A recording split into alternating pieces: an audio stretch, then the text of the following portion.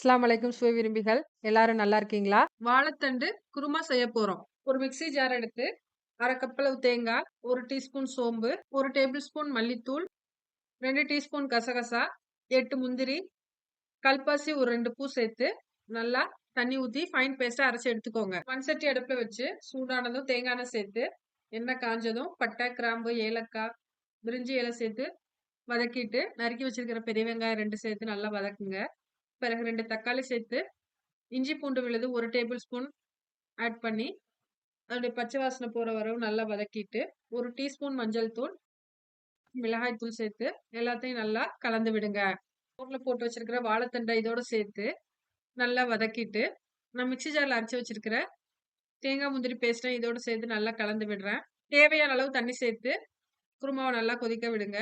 கொத்தமல்லி தழைகளை தூவி stove off பண்ணிக்கோங்க. நமக்கு குருமா சூப்பரா ரெடி ஆயிருச்சு.